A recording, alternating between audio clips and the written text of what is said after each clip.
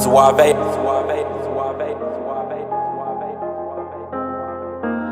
I've been in my bag for a while, I'm invincible. Story of a young boss, grinding shit get critical. Calling on my bros one time, cause you special. I had some hoop dreams of right rounds for my mentor. Every target that I shoot is on point like a pencil. Different road, changed relationships, I'm so sorry. Came up from the trenches and I made it, I say hardly. Now The holiday season is off and rolling, with NFL in full stride and the NBA and NHL hitting mid-season form.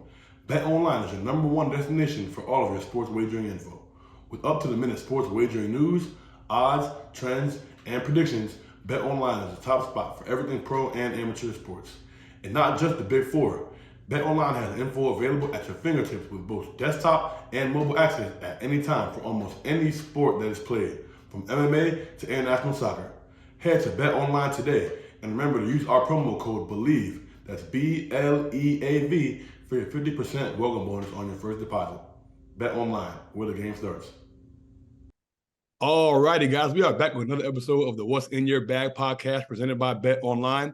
As always, I'm your host, Andrew Robinson, and we are back with our special guest, Alexis. Alexis, how's it going? Good. Oh, Alexis. Yes. Now, obviously, as you guys can tell from this episode, we have a wonderful guest that we're getting ready to introduce in a second.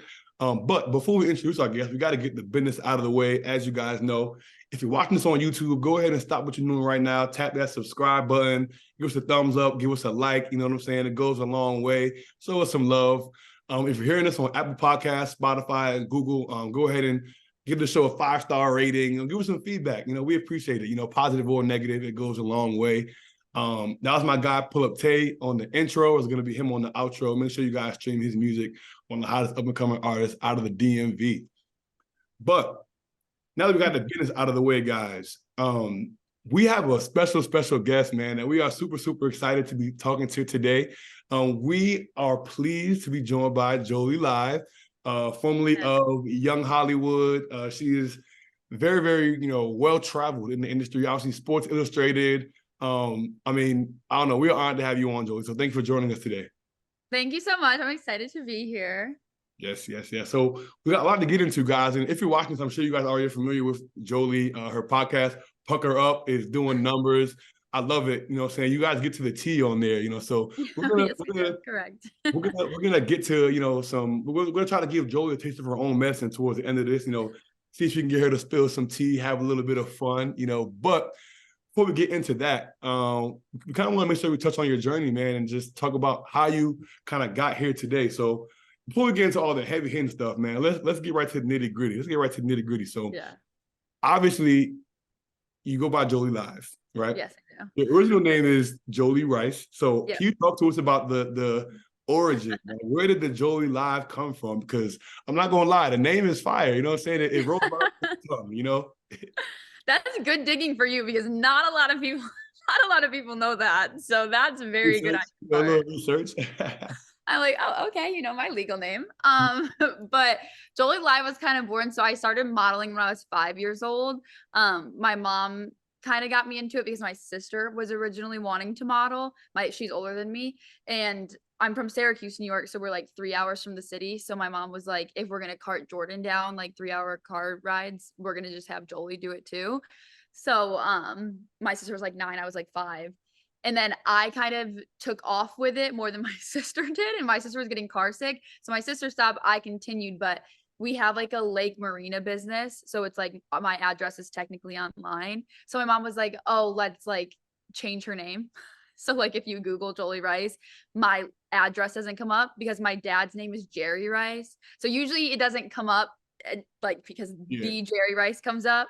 Right. But if you Google Jerry Rice, it would come up and be like, oh, like here's her address pretty much. Yeah. So my mom was like, let's change it. And I was 5. So I didn't even, I think I remember her like saying like why it happened when I was like older, like they changed it to Live, but that was my mom. My mom changed my name and that's just what stuck. And I didn't really care. I was like, whatever, that works for me. So that's how it was born. Love it. Okay. So doing your different, just Macy's, children's places, all the different things early on, when you, I guess kind of a 2-part question. First, when you were doing those different brands like at 5 and 6, did you realize that this was like a big deal and like the average 5-year-old is like just going to kindergarten, eating fruit snacks and going home, like they're not like modeling? Like, did you realize that you were not the average kindergartner at the time? I think because the thing is I'm from like a super, super small town where there was 20 kids in my grade. So everyone knows everybody. A lot of us are cousins, like weirdly, like everyone's like related. So it's one of those things like what I was doing, you couldn't not know about it. It wasn't a big school at all. And like it was a really small town. So everyone around kind of was like, I was in like magazines that we got in school, and like parents would go to like, hanging in Target, you know what I mean? So people would kind of know. And then that's kind of when I was like, oh, like this is real. Like people are seeing this kind of thing. But because I was so young and I was there more than I was like in school realistically. So my thing was that was so normal to me because I didn't know anything like different because I grew up doing it. So I think I just didn't think anything of it. But like when I was home, I was like riding 4-wheelers, like catching frogs, like in the pond. Like I was like a tomboy. And then like during the day, I was like girly girl getting makeup done and all this stuff. So like when I was home, I was like home, like a little boy. And then when I was in New York City, I was like a girly girl. So like I didn't even think about it. Like I literally just didn't think about it. It's weird. It's so weird. That's crazy. So also you got a chance to model with Gisele, obviously. Yeah. What was that like? Because I mean, she's like a super duper duper model. You know what I'm saying? Yeah. Like experience like as a child. She's the model. It was funny because I obviously modeled my whole life from 5 to 19 years old, but I wanted to get signed with IMG so bad, the modeling agency. They were like, they still might be number one. They were number one at the time. Like that was like the agency to be signed with. And I always had like size problems. Like my hips were too big, like didn't have like, wasn't like 6 feet tall kind of thing. So I was like, I want to be able to get signed with IMG, and Gisele at the time was with IMG Models. And I was like, I need to do something big to prove to IMG that I have what it takes to be with them. So we have family friends, Matt Light, he was on the offensive line for the Patriots when Tom Brady was the quarterback. And our Lake Marina business, they were renting one of our cabins. And so our families kind of got close. And so we asked Matt Light, like, hey, if I wrote a letter, like handwritten to Gisele, like, could you give it to Tom to give to Gisele when they were married at the time? And he did give it to Tom. Tom set up the photo shoot. Like Tom had his people reach out to me. So it was like technically because of Tom Brady at the time. I know who, of course, now, but Tom Brady is the reason that I did that shoot with Gisele. So that was, yeah. I did get signed to IMG after I did the shoot with Gisele. Yo, So. we might gotta get those. Do you still have the pictures from that shoot? We might gotta get those and clip that when we post this, man. Yeah, I'll send them all to you. There's BTS of me like shaking, yeah, screaming, like it was nuts. We need it. We need it. That's crazy. Yeah. So kind of on that same token, I kind of want to ask because I think this is something that is not really talked about a lot, but I always was curious about because somebody like yourself, man, like you've been in the industry and working since you were 5 and doing these shoots, modeling, acting, like you were essentially like a child star. You know what I'm saying? So what I want to talk about the other side of that because I feel like people always see, for example, like the Disney stars, or there's always these narratives like how it's tough, being in the spotlight that young and people can go one of two ways. You know what I'm saying? So what was that like for you dealing with I guess, being in the spotlight, not having that traditional school life as a child? Yeah. I think a lot of it was I just like grew up like my parents are hustlers. Like they always taught me to like work hard and like whatever you do, like you're putting in your best effort to it. And like whoever you meet is someone like valuable kind of thing. So I think just staying, because like to me too, like current day, like I'm still grinding and I haven't made it like even close to where I want to make it. So like that whole modeling chapter of my life was insane, but it's almost like I block it out because that's like part of the journey, but I'm not even close to the destination that I want to be yet. So it's like one of those things, like it's great and a lot of that benefited like where I'm at now, but I don't think about it like that. Like I'm happy of what happened and who I met, and it's like leading me to where I want to go. But like I'm still like grinding and doing it, but it's definitely like looking back on it is like weird, like the journey of it all, but it felt pretty normal doing it growing up. You know what I mean? Like I didn't feel like a child star at all, but it was pretty crazy the shit that I was doing. Like sometimes I'm like, oh damn, like that was kind of nuts. So, but it's all been fun. For sure. Do you think like when you were doing the modeling and like acting gigs here and there, did you ever like when you were watching TV at home, did you ever say like, oh, I want to be on that show or like a Disney Channel or like, did you have like any shows that you're like, I want to be on that show, just like how you knew like you wanted to sign to IMG? Did you ever like have like a show on Disney Channel or like Nickelodeon that you were like, okay, I want to feature a role or I want to be the main character of X show? That's actually a really, really good question because I've never been asked that, but that's like tea. But I never I'm trying to okay, Hannah Montana, I was like, I want like I'm like her because I'm like Miley in school, and then I'm like Hannah and like the modeling in the city. So I always like I'm Hannah Montana. So I was Hannah Montana for Halloween. So that might have been like one little phase I went through at like 10. But my biggest thing really was because I was a Sports Illustrated kid reporter when I was 10. So I interviewed NFL athletes and stuff. Like I entered a contest, ended up winning. And I said this in my Sports Illustrated submission like video before I walked in Miami, but the one thing like literally that has been always on my mind in like my life is being in Sports Illustrated magazine, because I saw Kate Upton on the cover when I was in the Sports Illustrated offices when I was 10, like because I went to the headquarters to interview Kurt Warner, and Kate Upton's spread was everywhere in the office. And I literally was like, I want to do that, like to my mom. And like I remember it, like you know how it's like when you're young you remember bits and pieces of something, like but you don't remember exactly what you said, like how you would as an adult.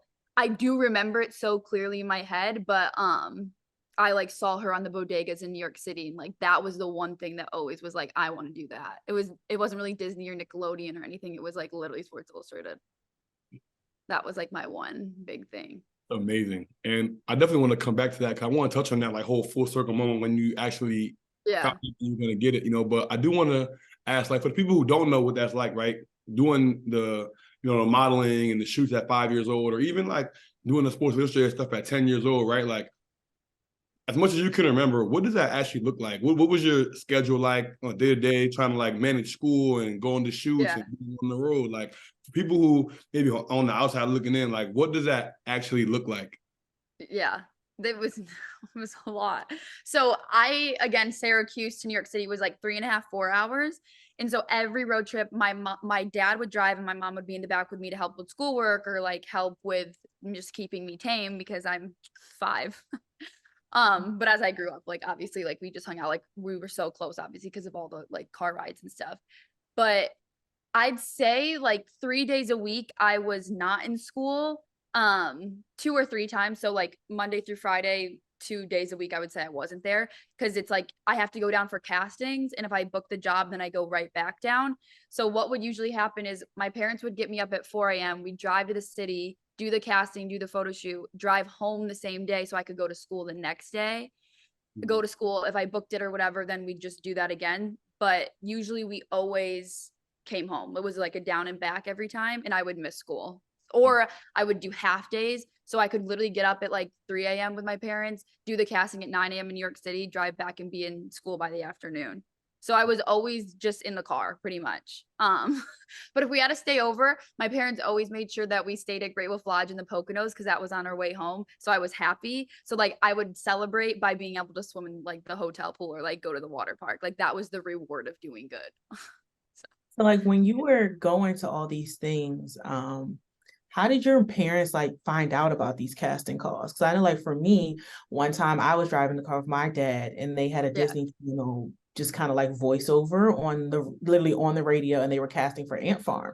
So my dad literally took me. So like how did your mom find out about all these like castings? Because there's not like back then there isn't like a like now for like sports jobs you go on LinkedIn, everybody that's hiring is right there. There is no like child star LinkedIn. So like how did she find like these different jobs like to even take you to the castings? Yeah, let me Yeah, get my so notes because I'm gonna take these notes for when I have my child. I'm gonna just yeah, right. This is what we need to do. Get them in Sports Illustrated. My mom did like hella research, and ended up getting an agent. It was called Generation Modeling Management.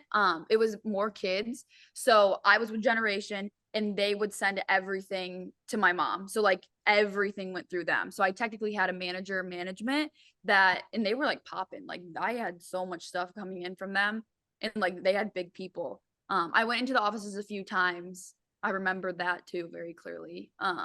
And yeah, so she found out everything through Generation. The Sports Illustrated thing was a posting online that my mom had seen and then was like, do you want to do this? Like she always would ask me if I wanted to do something before I did it. Like she wasn't just like, we're doing this today. Like she was a great mom in the sense like everything was a choice. But the Sports Illustrated was separate, but everything else was all like Barbie, Martha Stewart, Children's Place, Toys R Us, Gap. That was all through Generation. I had one agent and she did everything.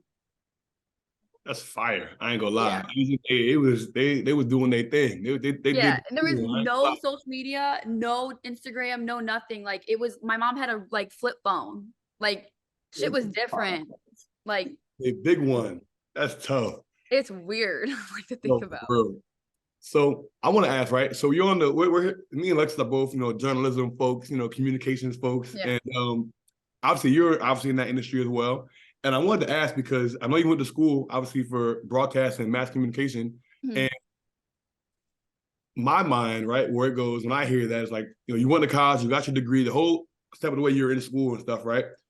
I want to know like why, because you do Sports Illustrated, like you're doing the modeling, right? You're already kind of in that lane. Most kids drop out of school or don't kind of continue through college with their because they're already in the industry doing their whole creative thing, and it's like it's a grind. Like you just described the 4-hour drives, always in the car. It's a lot to try to do both. So for you, what was the motivation that you had to kind of stay in school? What was the reason that you ended up, going with communications? I'm also curious as well. Like where that whole love for just interviewing and communications and all that come from? Yeah, so my mom always was like, because I wasn't big on school necessarily. Like I learned through experience. Like I always was like, I'm gonna learn more outside of school. Like I don't need to do this, blah blah blah. Like every kid ever. But my mom was like, the one thing no one can take from you is your education. Like I'll help you through whatever you want, but you're getting your degree. You have no choice. We're getting you a degree. And I was down, obviously. I wasn't like, no, I'm not going to college. I did it online, so it was fine or whatever. But I did want that too, because the one thing is like, obviously modeling, nothing was like fairy tales and great and rainbows. Like it was actually way harder than it was great, to be honest with you. So my thing was like, the only thing that kept me sane, which is ironic because I wasn't like fully like, oh my God, let me do online classes. But what kept me sane is literally doing college classes. Like, because when you're in New York, I moved to New York City when I was 17 to like be with IMG and model and stuff. And so when you're not getting on casting calls and stuff, like you think like, why am I here? What am I doing kind of thing. So I was doing school, so I didn't overthink anything. You know what I mean? Like I have a degree to get, like I'm working on myself type of thing. But the education and like getting the degree and everything was definitely my mom, like being like, we're going to enroll you here. We're going to do this. But it was good because public speaking, like I had always been like interviewing people obviously and stuff like that, but public speaking, even though it was online, taught me so much about journalism and just the classes. I had to take a law class and I loved it, which I don't know why I did that, like, or why I loved it, but it was like a challenge, but it was nice. Like it kept me sane for sure. But education was definitely because of my parents. Like they were like, you're going to stay with it. And I got the degree. I got it early because I finished my junior and senior year of high school online is like with my freshman and sophomore of college. So it's like confusing, but it was like I had enough credits to get my high school degree at the same time I got like 2 years done of college. That's so tough. I graduated so early. Like I got my degree when I'm pretty sure like my classmates were like graduating high school. So it was like You was on top of your stuff then. You on top of your everyone's like, you're so smart. Like you're just like, you finished college. I'm like, no. I am not smart. I just rigged the system. Like, let's be careful with how smart I am. Like, I'm not that smart. So like, it was just credits. love it. I love it. So I do have one quick follow-up. I know, before we get into the SI, I think you mentioned something that I do actually want to ask about, because you mentioned how like the modeling thing, right? And you were talking about how like it was actually like kind of more terrible sometimes than positive. And I feel like a lot of people don't really understand that. You know what I'm saying? I was in LA for like a month and a half before I went back to Japan to play. And I met a couple people who were in the industry and like got to talking and having conversations. They're like, yo, like, you know, there's a lot of stuff that people don't really talk about when it comes to the modeling industry, as far as like the battle it had, the toll it takes on your mental health, as far as like always having to watch your figure and what you're putting on your body. And your agent might be like, you might post something on your Instagram story. Oh, well, what are you eating? Well, oh, you think you should be drinking and this, all this kind of stuff. Like, or obviously you got the agents that people will say, oh, well, you know, what are you going to do for me if you want to book this shoe? All type of crazy stuff. So I kind of wanted to give you opportunity to kind of expound upon some of that a little bit, on what your experience was like and kind of some of the, I guess, negative aspects that people might not really consider when they think about, they're seeing these covers and they're seeing the pictures and like, oh my God, that's so cool, right? But then I'm thinking about the other side of it where, I mean, just like anything else, there's positives, but then there's also negatives when it comes to the industry. Yeah, for sure.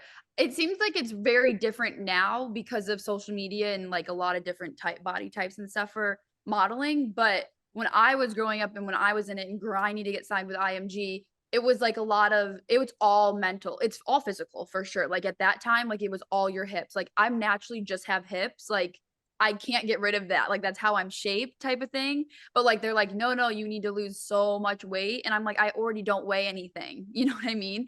So it was like just in general, like the modeling world back then was tough, man. Like all I did was literally work out, diet, and like that's it. Like it's all, you know, you are a professional athlete. Like what you put in your body is literally everything. Like how you train is gonna like dictate your whole entire life. So it's similar to being an athlete, is like everything is like structured and everything you have to pay attention to. But I think everything looks good when you're like, back then posting just had started happening and stuff like that. Like Instagram was just kind of popping off and Musically was then. So like people weren't really posting TikToks or anything or like really explaining how they felt.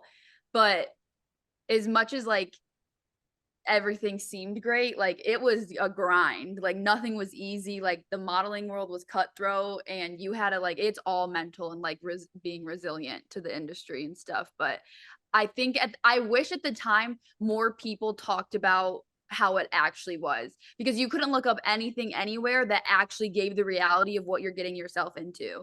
And that's why I went out on platforms to kind of tell my story. And that's how I shifted over to like journalism and like interviewing people and stuff. Cause I'm just like, no one's talking about anything. People are just not talking. And it's like, no, this shit is hard. Like this is very hard. And like being like 15 to 19 when I don't even like, when I'm going through just like becoming like a different version of myself, like it's so much stuff is like happening. So that's like kind of what triggered like going online and starting to talk and like have a voice, because no one was saying anything. Like no one was talking about it. So it was crazy. It's crazy. So I know you said your mom saw the posting for the SI Kid Reporter thing. So when it came to the process of getting casted for the swimsuit, how, like, what was that like? I guess from okay, deciding I'm going to do this to applying to however many rounds to actually getting, because even with like, if you want to be like a sports writer now, there's like 5 rounds. So like, they're really trying to just screen out everyone. So like, what was that, I guess you could say, selection and application process like? Yeah, that was crazy too. So I was 2021, 2022, but I remember in 2020 they had a casting and I was gonna audition for it, but I was like, I need one more year to like grow myself, get my mental right, have my body. So I was going to audition in 2020, but then I stopped myself and was like, just give yourself one more year, like it's gonna be worth it. So then when 2021 came around, I literally like worked the whole year to make sure like I was going to be able to audition next year and be happy with like my life at the time, because you would need to be confident and proud of what you're doing like in life to be able to audition for something like that's like my top goal of my entire life. So I auditioned in 2021 and they had originally posted it and were like, we're doing submissions. Like obviously my heart's like dropping. I'm like, oh my God, like, I have to do it. So I went and I did my video on El Matador Beach in Malibu, like right up the road from where I live. And well, with traffic, it's like an hour, but it's up the road. But they had video submissions to be in the magazine. And then they had a second round that they were doing just on TikTok to walk the Miami show.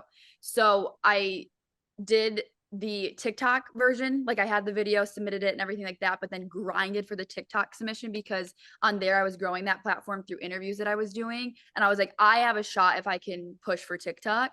So I was just hella spamming, like tagging them every day. They probably were so sick of me. But I was like, tag. And I, of course, used the Sports Illustrated like kid reporter angle because that's literally what sparked the dream of doing it. So from like November to June, I didn't know anything, was just grinding, posting, hoping, fingers crossed. And then June 2nd, I think it was, I had found out, like they had like messaged me in the app and were like, hey, like, what's your email? We'd love to email you. And I like, they didn't say about what. And I was like, oh my God, like email me about what? So I was like, started crying. And then they emailed me and they're like, hey, like, we'd love to set up like a Zoom call with you. You've made it to the next round. Started bawling. I have it in my Snapchat memories, me just sobbing in the car. Like I literally got in the car and just started sobbing. And then found out on the Zoom call, they're like, do you want to walk in Miami swim? It's like in the Miami show. And I was like, yes, of course, like trying to keep my composure. And then instantly started sobbing. I couldn't stop. Like I literally couldn't contain it. So it was like a grind from November to June. It was just like constantly posting and tagging and just staying confident and like fingers crossed. And little things happened in between because I posted a TikTok of me, like there was like a perfect trend. So I did like my Sports Illustrated, me interviewing Kurt Warner and like pictures, and then transitioning to like, and this is me auditioning now. And they had reposted it on their TikTok, but they didn't tell me they were doing it and they didn't say anything for months. So I was like, what does it mean you're posting it? Like, is this good? Is this bad? Like, obviously it's not bad, but I was like, oh my God. So there's like little things that were happening that I was like, please, God, please God. And then it ended up like a couple months later happening. So there's like little things in between, but it was crazy and it was fun. Yeah. When you were posting on TikTok, was it just like your normal content that you would normally be doing and just tagging them, or like are you making a content plan geared around SI? Like what were you doing like for those 7 months? So I went and I filmed my video like in a bikini and stuff like that. So every time there was like a trend that everyone was doing, I would use my submission footage that I had submitted, like the full 2-minute videos like that you have to submit. I was breaking those clips down and posting those on TikToks in whatever trend was trending and applied it to like being able to submit. And then every other video was my interview. So it was kind of like, what's going on? Because it's like just swimsuit videos tagging SI and then at my like interviews. Regular life, yeah. But everything was, I'm like the content plan was like cropping all my footage to trend. So it was like an excuse to tag SI. It wasn't, I didn't tag them in any interviews, but I had interviewed some of the models and people associated. So anytime I would interview them in between, I would obviously tag SI and be like, look, but it was all SI or like swim bikini content. So you may or may can't answer this, but okay. When you did when you did SI Swim, do they make you sign an NDA? There's a contract, but it wasn't I don't think it was an NDA. My mom and I read it over together. I was just like, I'll sign whatever. Like I'll sign my life away to you. Like I can sign whatever you want. I will initial. I will do whatever you need me to do. There was like certain things about like postings and stuff, but I don't think it was an NDA because like they want you to talk about it. Like they want you to be like, obviously not talking like a negative way, which would have never, but it was more so just like promote yourself and just like the standard, like this is what you're getting yourself into type of thing. Yeah. So you talked about how this was like your life goal, one of the biggest things that you were like striving for from when you seen, you know, the Kate Upton magazine when you were a kid. And like, I just want to, you mentioned obviously when you found out you're bawling your eyes out and things like that, but I kind of want to know, what did that mean to you? I guess looking back, right? It's been a year since, you know, it's happened and stuff. How do you reflect on that now? You know, because that's such a huge accomplishment, and obviously congrats for that. But I just want to I kind of want to get your thoughts on that, man, because I think when you really unpack it, it's like an extraordinary accomplishment. And I think it says a lot about the power of like setting your mind to something, you know, and when you're a kid, seeing something and then actually putting a plan in place to make that happen. You know what I'm saying? So for you, what did that mean when you actually accomplished that? And even now, I mean, a year later, how do you reflect on that today? Yeah, it was like all like a fever dream. Like even looking back, it's like seeing pictures, none of it feels real. Like, because that was like my life goal. Like, and it's like when you achieve something like that, it's like what happens next? Or like now, like cross that off kind of thing. But I didn't get in the magazine through that. So to me, the dream is not over at all. Like my top dream is to still be in that magazine. Like I'll do whatever it takes. Like that's my dream, is to open the pages and then that's where I am. So like obviously like not say like the swimsuit, like that was a dream come true. Like literally changed my life, like my perspective on things, like goal, like a huge goal. But I want to be in that magazine. So like my thing is like the dream isn't dead. Like it's like still the dream. You know what I mean? So like looking back on it, like I cherish that and can't even believe it. And I still have it pinned on my Instagram. I'm never unpinning that. Like that's literally pinned for life. Like that's staying right where it's gonna stay. But I want to be in that magazine so bad, like so bad. So I'm gonna just keep auditioning until hopefully I get in the magazine. Well, you're going to be happy because, there's something about the power of manifestation on the What's Ain't Bad podcast. We had a girl named Michelle Lozzi on here. She's like an LA girl, Cali girl as well. And we had her on maybe like, I think 8 or 9 months before the World Cup. But she was talking about how like, she was playing for Team Nigeria, but like her dream is to make the World Cup and, this and that. And I was like, Michelle, like, we're going to clip this clip. And then when you make the roster, like, and lo and behold, she made the roster, played in the World Cup, like was a starter, like one of their best players. I'm like, wow, like so that was you guys. That was you guys. So the fact that you're saying now on the platform, you know what I'm saying, it's gonna happen now. And we're gonna save this clip and we're gonna play it as soon as it's done, like boom. You know what I'm saying? That's why I was meant to do this. I was meant to do this just for this, just for that.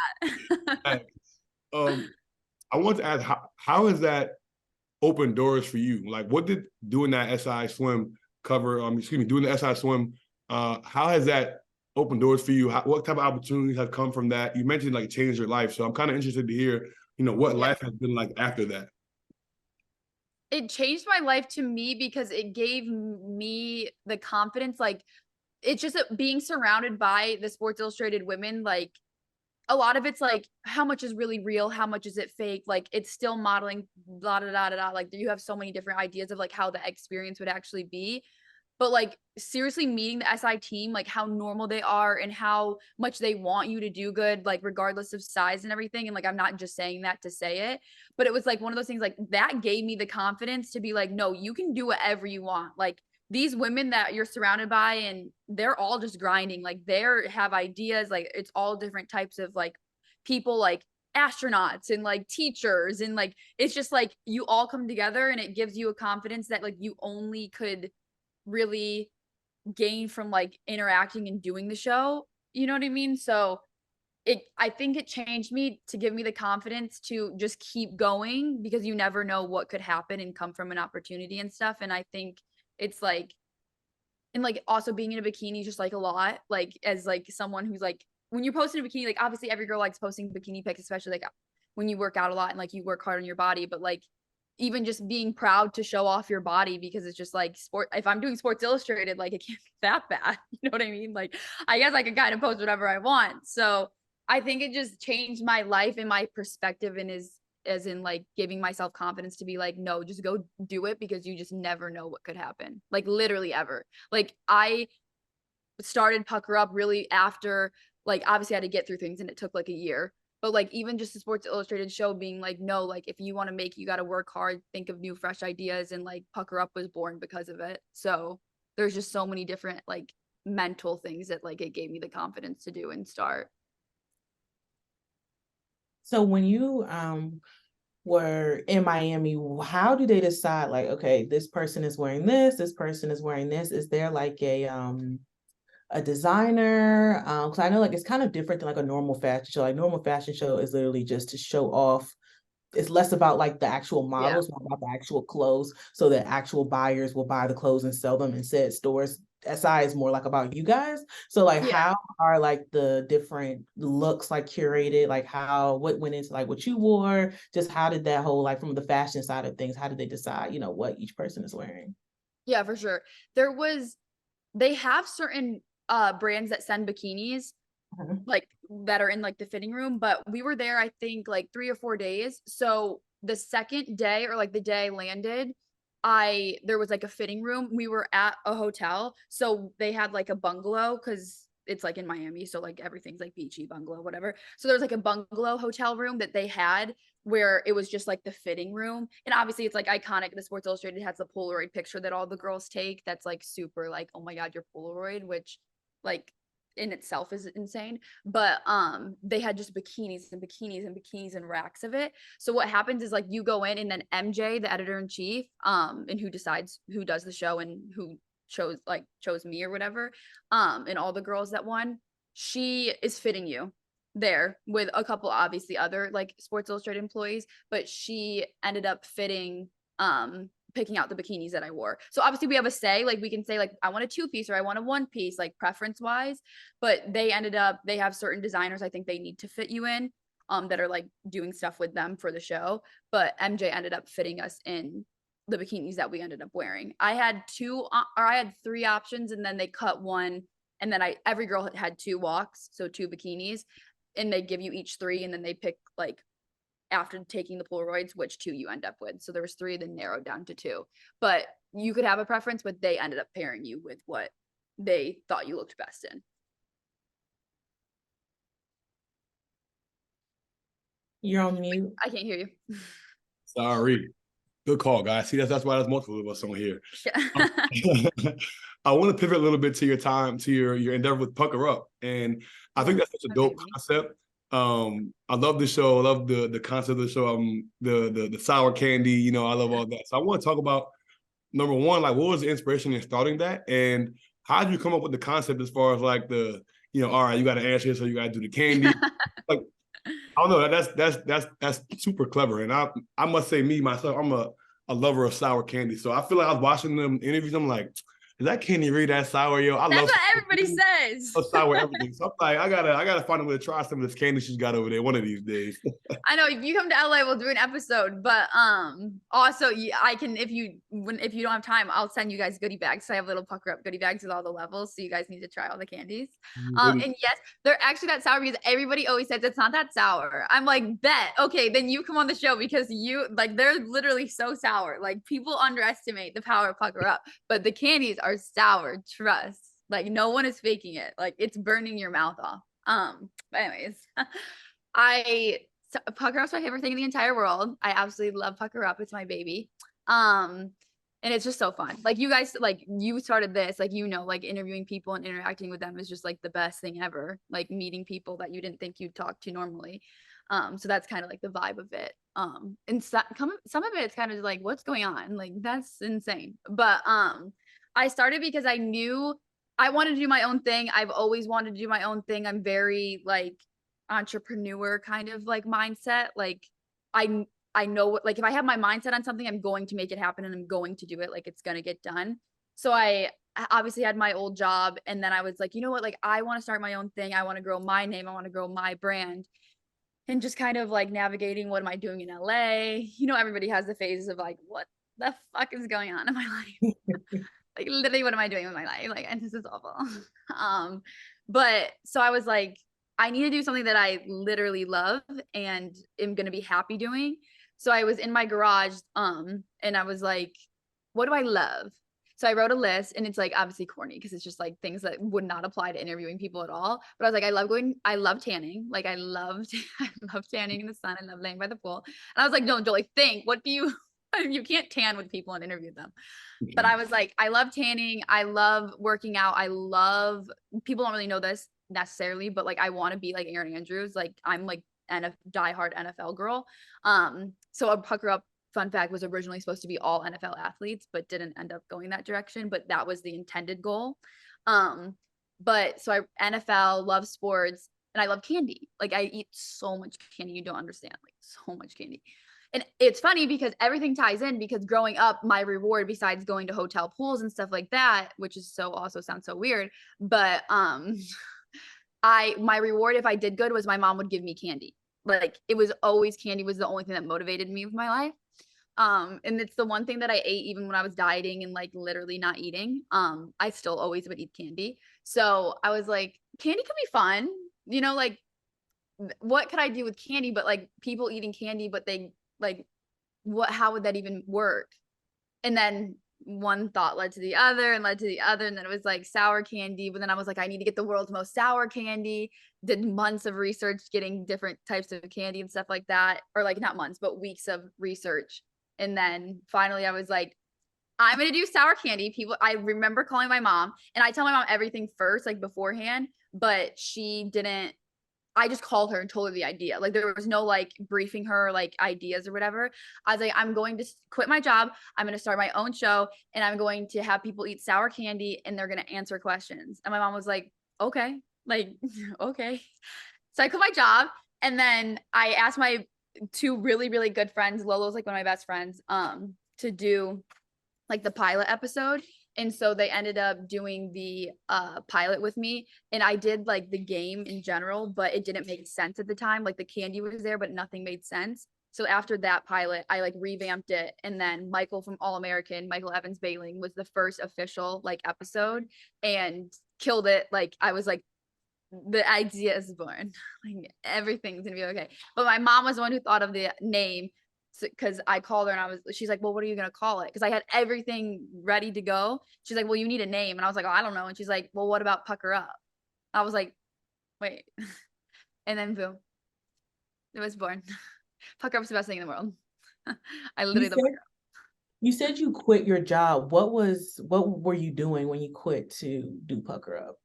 I was working for Young Hollywood, so it was an entertainment company. That was the job that I quit to then start Pucker Up.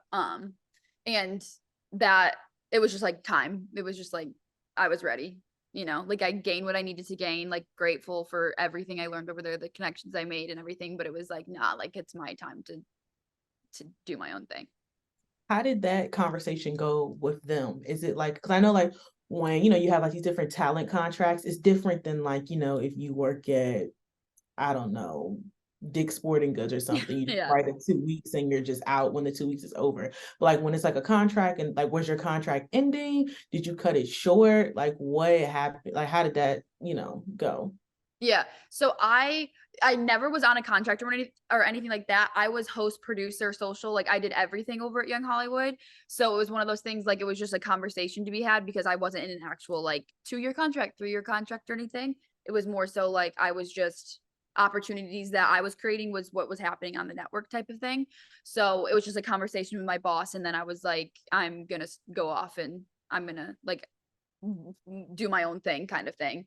And so that was really like, there was no contract broken or anything like that. So, and that was literally like, I didn't even know, but, or like the timeline of it wasn't specific, but it was right before, like a week before the strike happened here in LA. Like, so they kind of shut down anyways, because no one was doing press or interviews or anything, but I didn't know that was going to happen. So it ended up, they had to take a break anyways, because no one was doing press. So it worked out like he like figured things out that he was going to do and stuff like in like the little break. So like the timing of it was crazy. I had no idea that was going to happen, but everything like happened when the strike was happening. So it was just like a whole, like it was transition period for everybody at that time, because it was like, what's going on type of thing. So, you know, just through with, you know, Pucker Up and your time at, you know, Young Hollywood, you've done a bunch of interviews. And you know, I saw the one you did with Zendaya. You've had Lil Uzi, like you've done a bunch. And I feel like for all three of us who are in the journalism space, we interview a bunch of people, right? And I feel like giving people the opportunity to have a platform to speak and express their own opinions is what it's all about. But I think that we as interviewers can learn a lot from conducting these interviews, having people talk and things like that. So I want to know, like, you know, what would you say something that, you know, you've learned? Like, if there's one interview you can think of, like, man, this was really, this one was my favorite interview, or maybe a conversation that you had that you're super proud of, you know, is there one that comes to mind?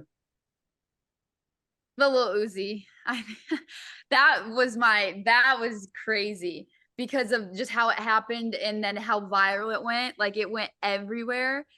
But it was a Kids' Choice Awards carpet, like the orange carpet, but he wasn't doing any interviews. So how it was set up is like I was a corner, like little booth thing, like had like my little station, my videographer Mateo and my producer now, like they both work on Pucker Up now, Tyler. And Uzi did his like little Getty pictures right here, and then he just started to walk away. And I was like, oh my god, oh my god, oh my god. I can't just let him leave. Like he's walking right by me. So I screamed. I would scream to Uzi.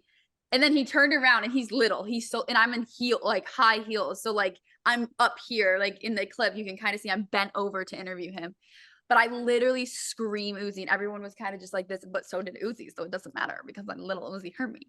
But he looked over and it was like so quick. Like his little body movements are so funny. So he looked over to me and his hair's all spiked. And he shuffles over to me. Like I literally would just like locked eyes. And he started shuffling. I was like, come here, come here, come here. Like urgent, like come here, like something was gonna happen. So he like shuffles over. He doesn't walk. He like shuffles over and he just stands there. Like just stands there.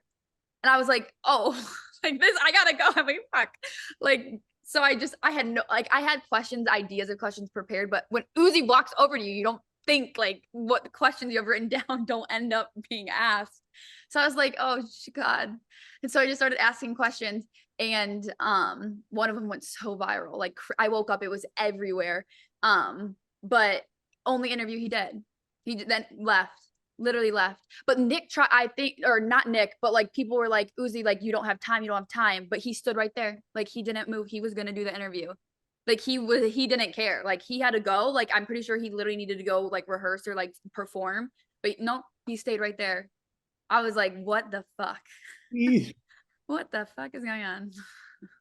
That is wild. So I feel like, I mean, that must have felt awesome though. If like leaving that, knowing that you were the only interview that he did, number one, and that you had the confidence to be able to like call out to him. He actually comes in. Yeah. You know what I'm saying? I think number one, a lot of people in our shoes, either they don't have the confidence to be able to like go against the rules or like yell out when they know he probably hasn't done any interviews, or they might just let him walk by and, you know. So what do you think, I guess, when you think about that aspect of it, like what did that mean to you that he, you know, stopped and talked to you, that you had the only interview, and that it went as viral as it did? The previous question you had, like, what have you learned? Like, what, like, it has, like, the most interview that's impacted you or taught you something, maybe? I think that Uzi interview literally, because I just screamed. I don't know why I did. I don't know what came over me. Like, I'm not one, like, I am one to scream, to be honest, and like get someone's attention to like, I'm not afraid to do that. But I literally don't know why I screamed Uzi, because I was convinced he wasn't going to do any interviews. So I think what that interview did is like, you just got to go for it. Like as a journalist, like even you two understand it. Like if you don't ask, you're not going to get anywhere. Like if you don't ask, it's always going to be a no, because that opportunity isn't going to present itself. Like you asking me to do the podcast, like you could have just been like, nah, like she seems like she wouldn't be down to do it or whatever. Like you don't know until you ask. So like me screaming isn't asking. That's just me screaming a little Uzi. But like you literally you just need to ask, because you're never going to get a yes if you don't, or like opportunities aren't going to happen if you don't just go for it. So that was crazy. That was crazy. Who's like someone for Pucker Up? Who's like someone that's like, I really want them to come and like be in the show? What's the key? I would love to have Lil Uzi back on Pucker Up, because I just feel like that would be iconic to be like, because that was my old job. You know what I mean? Like I did that. Like that shit went viral, like on their platform, even though I'm the one who posted it, edited it, I asked the questions, like everything, but like still, like that was kind of like still on that platform. But my thing is like, Pucker Up's my child, my baby, like that, what lives on there is because of what happened, like because of what I wanted to happen, because everything that goes through there. So I would love Lil Uzi so much to be on Pucker Up. Like I think that would just be so iconic, because of people people know, because I blast, like people that follow me, like I blasted so much of like the Uzi content. So I just feel like it'd be like, oh, sit down, like Pucker Up kind of thing. And I think he loves sour candy. So Uzi, I love Kai, like the streamer Kai. I would die if he was on Pucker. I think that would be hilarious. And then like Tom Brady, because I really, it was intended for NFL athletes at first. So like Tom would be insane. I would die, like literally die. He'd be like, "You look familiar." Just kidding. Yeah. I've seen you with my ex. You know what? Listen, another great manifestation opportunity. Yeah. And we're throwing it into the universe. We're throwing it into the universe. Oh, that would be. Those are the top. I love them. Facts. So I wanted to ask you because you talk, a lot about how you wanted to be, Aaron Andrews and like your love for sports and football and stuff like that, right? Like my first question is like, where did that come from? Where did that initial love for sports come from? Because obviously you're doing the modeling, all that kind of stuff. You wouldn't think that you would be interested in like football and stuff. Yeah. So, where did that initial love for sports come from? Yeah. So I was talking about Syracuse before you started recording or whatever. So my sister went to Cuse, loved basketball. She was always diehard. Like she can say any stat, like you can name a player and she'll say like what their stat was for their game. If they won, they lost. Like it was like I was like, how do you know? You didn't even watch the game. How do you know everything? Like she's so intelligent when it comes to sports. It's kind of weird. Especially because she wasn't an athlete herself. She was just obsessed with sports. And at first, like I'm modeling, like I'm like girly and like, whatever. So I wasn't even like diehard sports, but she forced me to go to the games and then she forced me to like watch them and stuff like that. And then Sports Illustrated Kid Reporter happened because my sister always had the games on, like always was watching. So the love for sports came from my sister, just always making me watch the games, getting me into it. And she now works for the NBA on like the branding side. She's always been working like in the sports world. So it's really all because of my sister. She taught me like to be obsessed. So it's her fault. Yeah. It's her fault. Shout out Syracuse, man. 03 national champ, man. I gotta give my brother Billy Eaton a shout out, man. I wonder if your sister knows my brother. She might be able to rattle off his stats from that game. She probably will. She literally probably will.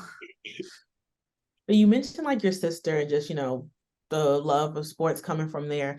How would you say it was like just growing up with a sister? Because I think a lot of times, like when you have a sister, I've noticed with like my friends that have sisters, they tend to be better friends. And I don't know if that can like be attributed to they had a built-in friend at home or like whatever that case may be. And just really what it means to just have like a unconditional sister relationship where it's not, of course, like you can just choose to like never text her again, but like you wouldn't do that. So like how has like having a sister, like one, just made you a better friend, but just when it came to just navigating things, sometimes like, of course you have mom, but like if something happens, you don't always want to be like, hey mom, because it can just, because they're older, times are different, like the difference between 2023 is so different from 2013. Like everything is just different. So like, I guess my question is first, like, how do you think having a sister kind of, makes you a better friend? You talked about running Pucker up by like your two closest friends. Like, how has that like helped you be another friend and just valuing those friendships as you're, navigating this crazy online space? Yeah. My sister, we couldn't be more opposite. Like my type of men is not her type of men. Like she goes out and she parties, like she doesn't party a lot, but she parties a lot. I go out, but I don't party. You know what I mean? Like I'm not a huge partier. I'm more like in the house grinding, working type of thing. Like the sports thing is like what connects us, but like she doesn't post anywhere on Instagram. She hasn't posted on Instagram in 3.5 years, like no feed posts. I'm like posting every day of my life. Like we literally are polar opposites, but that girl's my best friend. And she always, and I think it's also because like, obviously I kept modeling up. She got into it first, but like, she was never jealous, never resentful. Like, cause like I'm in magazines, like I'm on TV if you turn it on, like I'm with all these athletes, you got me into sports. Like she could totally have resented me or been like, what the hell? And like, obviously I'm mom and dad's favorite. So she could have easily been mad because mom and dad love me more, but she never was. I'm just kidding.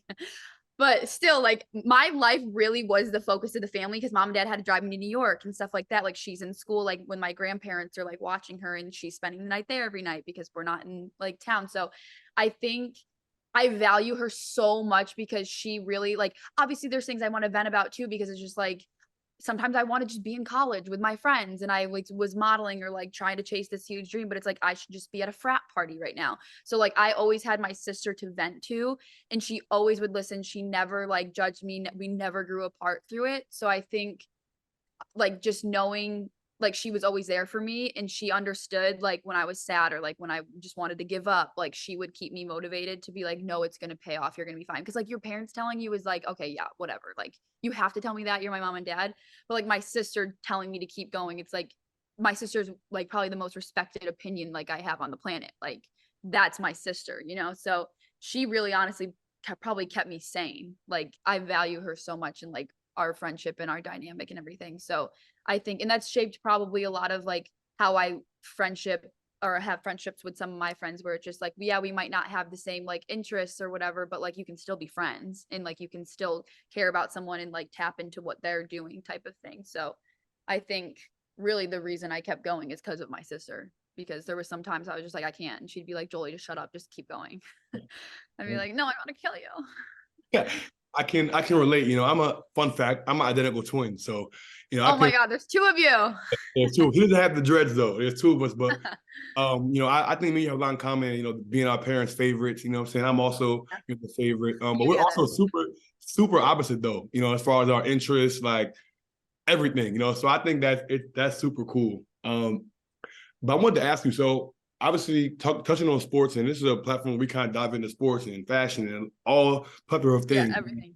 For you, I wanted to ask you, right? Like you being in the industry, being in LA, like interviewing athletes, kind of having that, you know, full range, full vantage point. I think 2023, like today's athlete is different than any other, right? Today's athletes are interested in so many other things, like off the field, where it's fashion, photography, media, entrepreneurship. So I wanted to just get your 2 cents on having been in the industry for so long and knowing some of these athletes and talking to them on Pucker Up and getting to see, you know, what today's modern, you know, athlete looks like. How do you think sports and entertainment and sports and pop culture intersect, you know, and what are the areas that I think, you know, the people can, I guess, be more accepting to, I guess, the new era of athletes in today's day and age, where it's not just sports, right? Everybody's kind of well-rounded, you know, nowadays.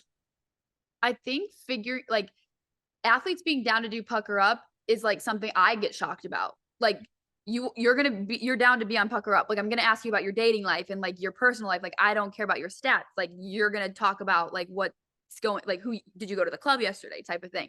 So just athletes in general saying yes and that they're down is like shocking to me. But I think what it is in like just talking to them at parties and like talking to them on Pucker Up and like meeting them at networking events is that it's like because everything is online these days. And like you as an athlete yourself, probably it's like, no, I want people to hear me out besides just the sport. Like I want people to get to know me like I'm actually like a cool guy or like I have stuff to say. So I think what it is like athletes now have interest outside of just the sport and they want to be like, they want to get known outside the sport, because if you have a presence online, like you're just liked by so many more people. So I think it's like one of those things, like people want to get their story out and like talk about themselves more. And I love it because like with me, like I don't want to talk to athletes about like the sport. Like I'm going to ask 1 or 2 questions because that's what's going to trend. But like, I want to know about like you off the field, like why do you love fashion or like why do you love video games type of thing. Like I think athletes are just down because it's so normal now to talk about yourself in like a different way than it I think has been before, you know, like it's just so normal now, I feel like. So it's just like fun and people want to talk their talk. Thanks. I love that. All right, so we're gonna have a little bit of fun. I know you got to run here soon, so we want to have a little bit of fun before you got to run. You know what I'm saying? Oh, that rhyme too. That's dope, Andrew. Good job. Write that down. Right. So, all right. So I want to ask you, man, because, you know, like I said, I listened to a bunch of the Pucker Up episodes, and, you know, it was one, I forgot the exact guest that you were having on, but you guys were talking about like celebrity crushes and all that type of stuff, you know? So, and you mentioned you have a specific, you know, liking to Justin Jefferson, you know? So I wanted to ask, you know what I'm saying? Would you ever slide into Justin Jefferson's DMs? Oh, I have. Oh, okay. So what's the tea? Like, what did you say? How does Roy slide into Justin Jefferson's DMs? And then did you get a response? I love you. No, I'm just kidding. I think I'm gonna marry you one day. So you might want to reply to my message, babe. You might want to reply. No, I slid in his LSU days because I've been a diehard Justin Jefferson. No, we're gonna get married one day and he's gonna see this and be like, oh my God, like that's so embarrassing. No, I knew about him at LSU. That's how I became obsessed with him. I don't think I actually DM'd him his LSU days. I think it was like his 2nd year in the league. I think I just said hi and then I unsent it like an hour later because I was like, no, I can't. Wow. Unsending is crazy. But I did unsend it. Unsend is crazy. So he didn't even know. I didn't have a shot. Because I unsent it before he'd even see it. So Yeah, but I do like Justin Jefferson. Okay. So now I got to give you a taste of your own medicine. You know, one of your Oh, favorite God. questions to ask people is about their red flags. So, what are Jolie's 3 red flags? My top 3. Oh God. I literally always, I'm like, if I ever get asked the pucker up questions, I literally will have to eat. Like I can't answer these. Like I torture people and like I wouldn't even answer. Yes, I respect it. Now it's your turn. This is for all the guests on Pucker Up. I know. They're like got literally so so happy right now. My, I have one. okay. I'm very like, I don't even know. I guess my top red flag is like one, I'm loyal in the talking stage. So basically, like once I'm locked on one person, no one else is getting a shot. Like I'm locked in, like you, like I only like you. And that can be a big red flag, but I think it's more red flag just for my mental health because it sucks. But I think I fall hard. We'll say that. I'm loyal in the talking stage, but I also fall hard. I fall pretty hard. But you're never gonna know that. You don't like. I don't tell people that. Like I'm very chill and like nonchalant, which probably bites me in the ass because it's like, does she even like me? And it's like, no, I literally love you. But I think I fall hard. Could be one. That could be one.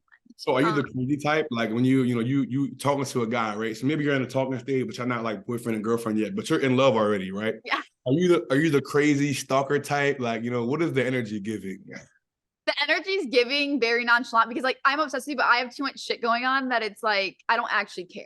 You know what I mean? Like I don't care that much. Like I like you and like I like your vibe, but like I'm not doing too much. Like I don't actually care, you know? It's probably a bad thing that I don't care as much. I should care more. But I'm just like, no, like I am obsessed with you, but I'm not gonna do shit about it. Like I'm still gonna just do me. So it's like I'm so weird. I'm literally so weird.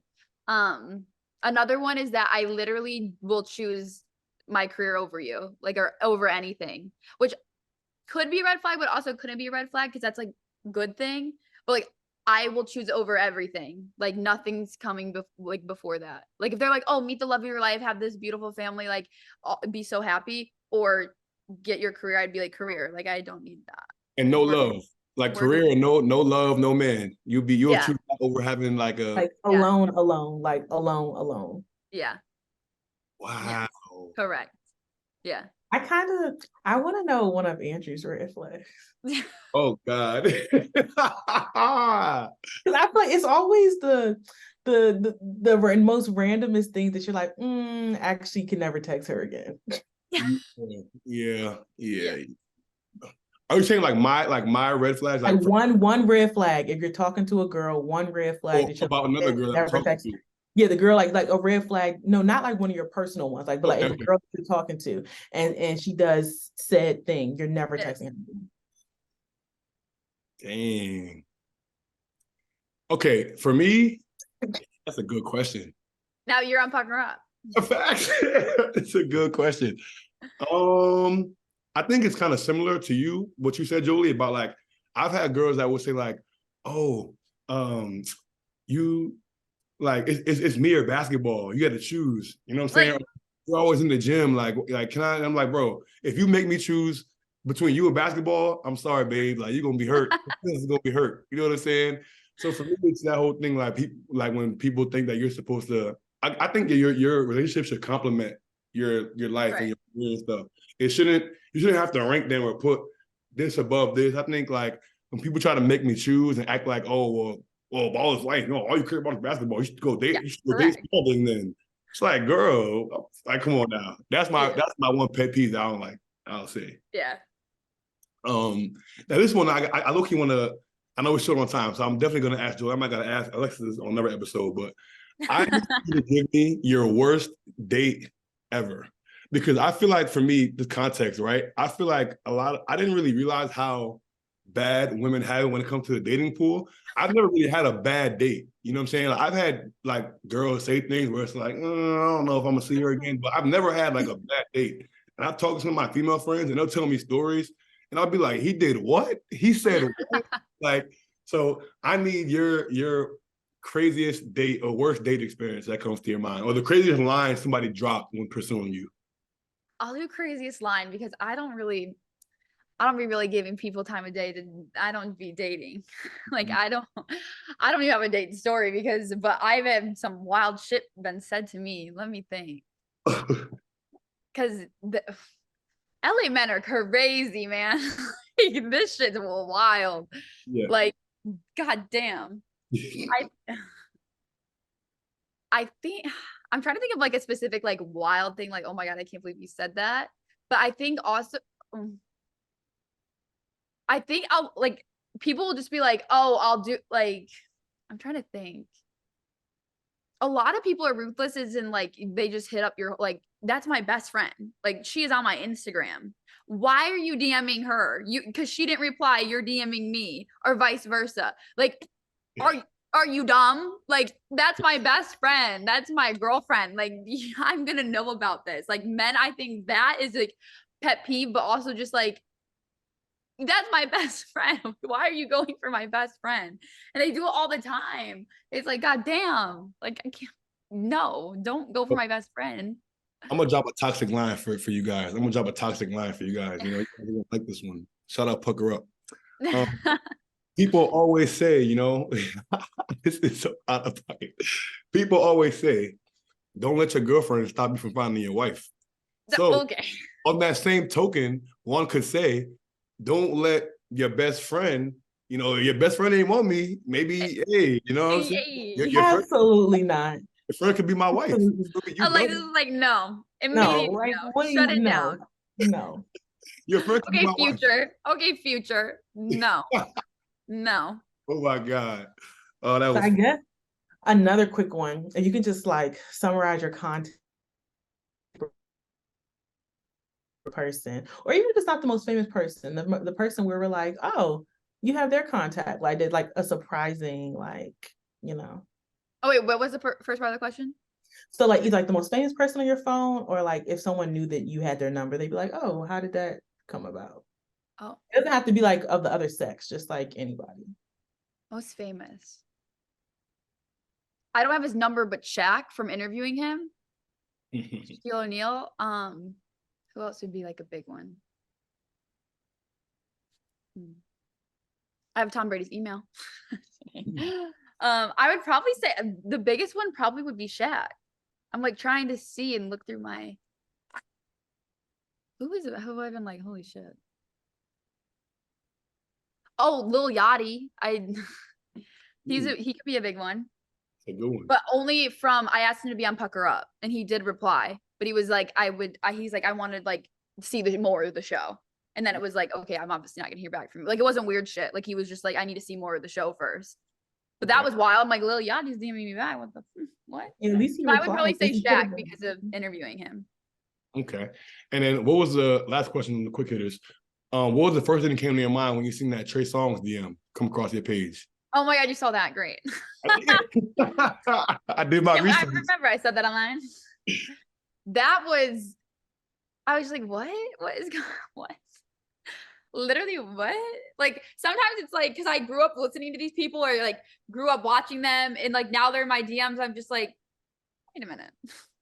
Wait a minute. Like, this is not real. Like, that was kind of just like, what? It's every moment's like a what? What is going on? And then you reply and you're just like, hopefully they reply again. Right. Like, me, not a big deal. When is he gonna write back? When is he gonna text back? Did he reply back? Trey Songz did, yeah, afterwards. But that I just wanted him on, like, I DM'd him like 2 years later and was like, hey, do you want to be on Pucker Up? But he didn't read it, so. You know what? Short-lived. I'm gonna need the tea after off air. You know, I want to know what bro came with. I need to know his DM sauce. Like, what's he jumping in the DMs with? You know what I'm saying? I need to look because I don't remember now. I remember I freshly off that interview because I interviewed him and then he DM'd me. But off the podcast, I don't think I said what he said, but I don't even remember now. But I'll go look because I still have the thread, obviously. We're gonna get the tea. But I know you got to run. So the last question we always ask our guests is, yes, who should we have next on the What's in Your Bag podcast? But whatever you say, you got to get in your assist bag and help us get them on the show. Get my assist bag. Well, you like sports, like you're big in sports. Yes. I think for you, Tutu Atwell. He was meant on Pucker Up, but he'd be fun. He's funny. Like he's a funny guy. I got him on my fantasy team too. So that's, you know what I mean? Yeah. We could definitely make that happen for sure. That'd be sick. I think you'd have fun with Tutu. And he's so funny. Like he's a good guy. Okay. Bet. Well, if you could plug that for us, that would be major, man. I got you. We gotta text Tutu for you. Thanks. This has been super fun. And I just want to say, for you, obviously, just thank you so much for coming on. I think it's not often where you can meet somebody just through Instagram and, have an hour-long conversation with somebody and have a great time, and I love your energy. You're such a positive person and a positive light and somebody I think a lot of people can learn something from, so I just want to say thank you for coming on. I thoroughly enjoyed this conversation. I'm going to be in LA in December, so hopefully I can just hit me. I'm here. When are you going to be in LA? Because I'm going to be in LA in December. You are. Yeah. I'm going to be there around Christmas, New Year's. I'm going to be there around Christmas, New Year's too. We can have a gang link up. It might be giving Pucker Up episode. I don't know. It's giving Pucker Up episode. It's giving Pucker Up. I'm ready. Now y'all can really see how sour the candy is because trust. I'm 30. I trust my ability. You know what I'm saying? You say that now. Well, we'll have to see in person. We'll see. The folks will have to see. Stay tuned. I just want to say thank you for your time. It was awesome. We had a lot of fun, and I'm looking forward to see once you get that SI cover, you're in the magazine. That now. So shout out to you for continuing to be a light in this world. Oh my God! Well, thank you so much, and I know I said this before, but I respect you guys a lot for doing this because it's a grind, but it's fun. For sure. All right, guys, this has been another episode of the What's in Your Bag podcast presented by Bet Online. As always, give us a thumbs up if you're still watching. Subscribe. Make sure you guys follow Jolie on Instagram, TikTok. Check out her content at Jolie Live. Until next time, folks. Peace.